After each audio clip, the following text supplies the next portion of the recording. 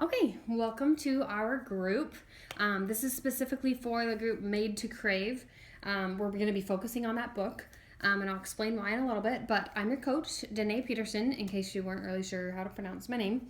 And I am so excited to have you guys participate with us because honestly, like the biggest reason that I picked the book Made to Crave is that personally, I feel like I have not the best relationship with food, and I know for sure that having a good relationship with food and understanding the reason that our bodies crave things, not just scientifically, but emotionally and spiritually as well, is an incredibly empowering thing when you're on a health journey of any kind.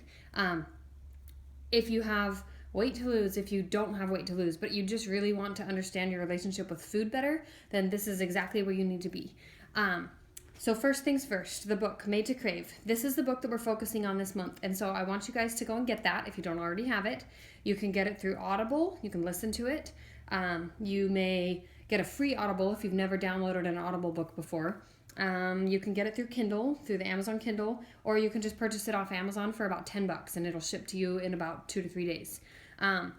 If you are having a hard time finding that book, or if for religious reasons maybe lack of religious reasons, you don't want to read a book that is talking about your relationship with God in contingency or in conjunction with your relationship with food, then talk to me so that we can figure out another book that's going to help you understand your relationship with food and master a mindset more than it's going to give you a how-to, because we don't need a how-to.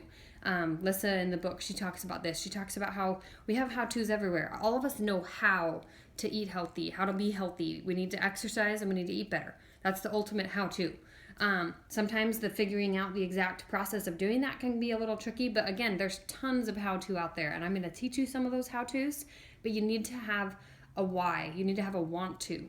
Until you have a want to, you're not going to be able to change. Like the habits that you have, you're going to keep cycling up and down. You have to have a want, a desire that's stronger than the excuses to not sacrifice whatever it is you have to give up. In many of our cases, that's food. And so you have to have a want, a desire to make changes and decide that those changes are worth the sacrifice. Mindset matters. All of these ups and downs are going to happen in life, and until you master your mindset and understand your relationship with yourself and the deeper reasons why we have food cravings, then this journey is just going to keep going up and down. So let's focus on the right things, let's focus on the right reasons, and let's really see some things happen. Something that Alyssa in the book says is it's easier to make excuses than it is to make changes, and that's usually because excuses are more convenient. They're quicker, they're easier, and they're faster. Convenience, if you're looking for convenience, it's not going to happen right away. I just want you to understand that right off. This is not going to be an easy process if you go into it thinking that it's going to be like just a walk in the park.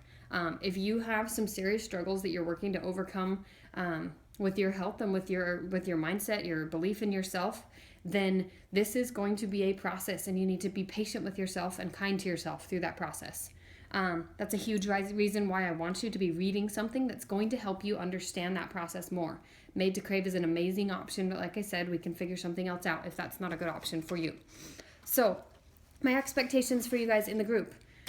This group is about cravings, and so we're really learning to understand our body's cravings better, and the purpose of it is to really not have those cravings and give in to them anymore. So my challenge to you is no added sugar.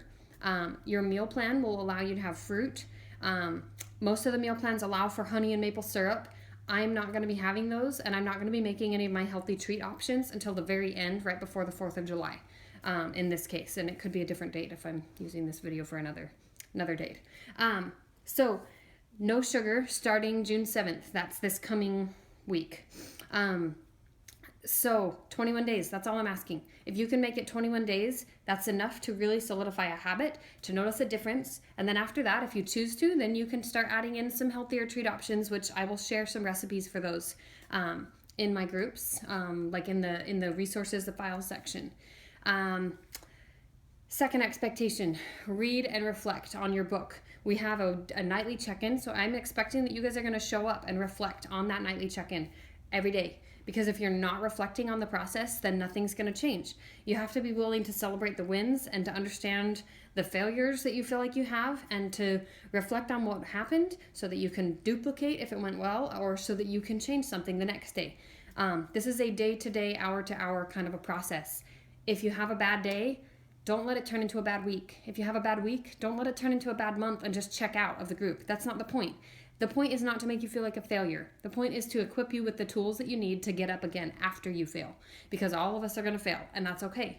I'm here to support you through that process. We as a whole group are here to support you through that process, but that means you have to be active in the group.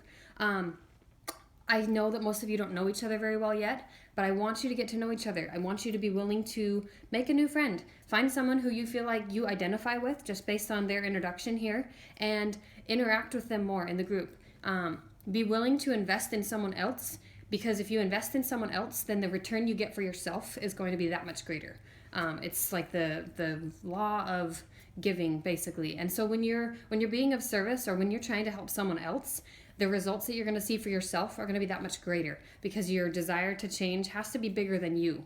It has to be bigger than just your goals, and it has to be something that you're willing to share in the process with others. So some of the check-ins are going to have things like go comment on, other people's posts. I want you guys to get used to doing that. Recognize what's happening in the group and who's in the group, and just be willing to show up for more than just yourself.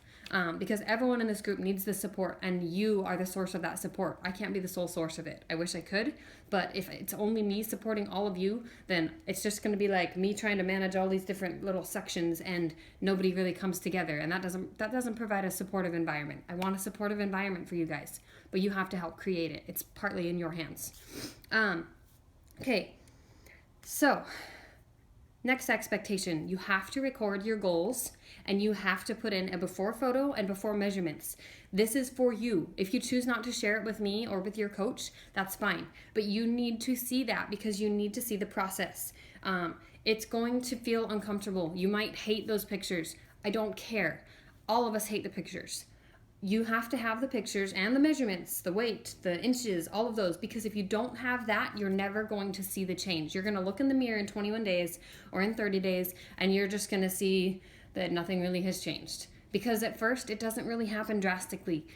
It's going to be over time that you're going to notice those changes. So you have to record your before photos, you have to record your measurements and your weight, and if you choose to share it with me or with the group, great. If not, at least you have it for yourself.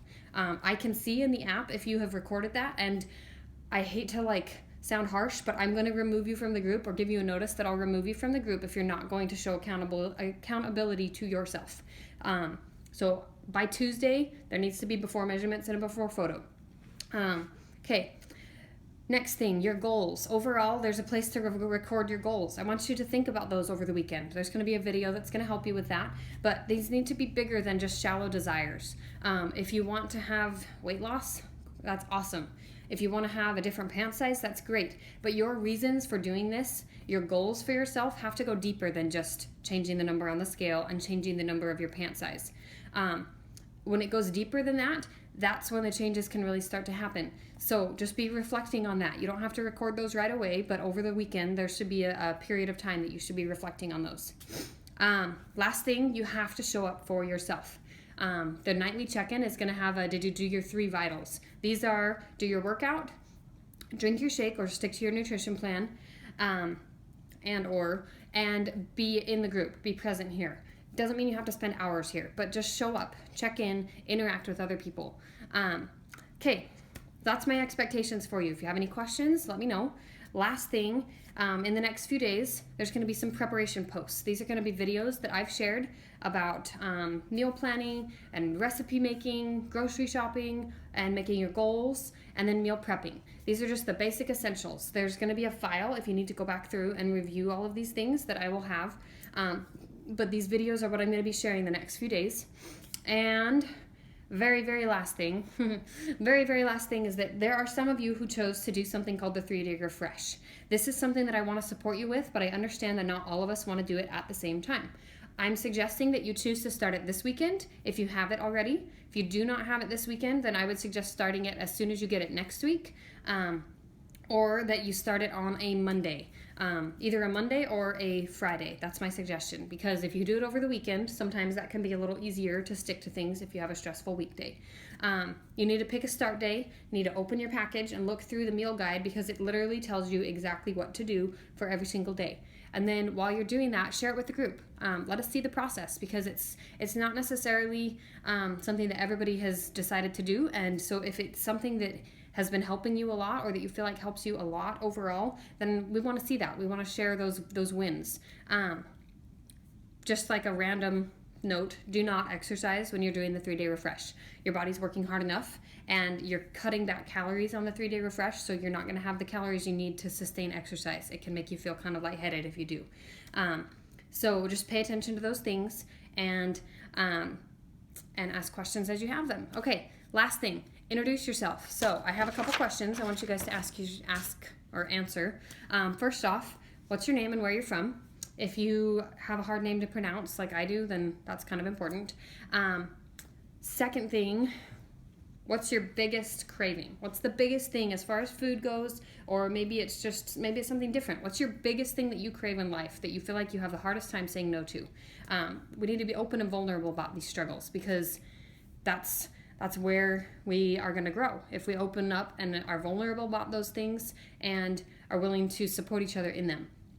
Third, what program are you doing? And last thing, tell us one special thing that you feel like is unique and that maybe the everyday person doesn't really know about you. Okay, so I'm so excited to have you guys here. I hope you are excited too, and I can't wait to see your progress and to see what you guys are setting for your goals, and just to see how we can grow through this whole process. Okay?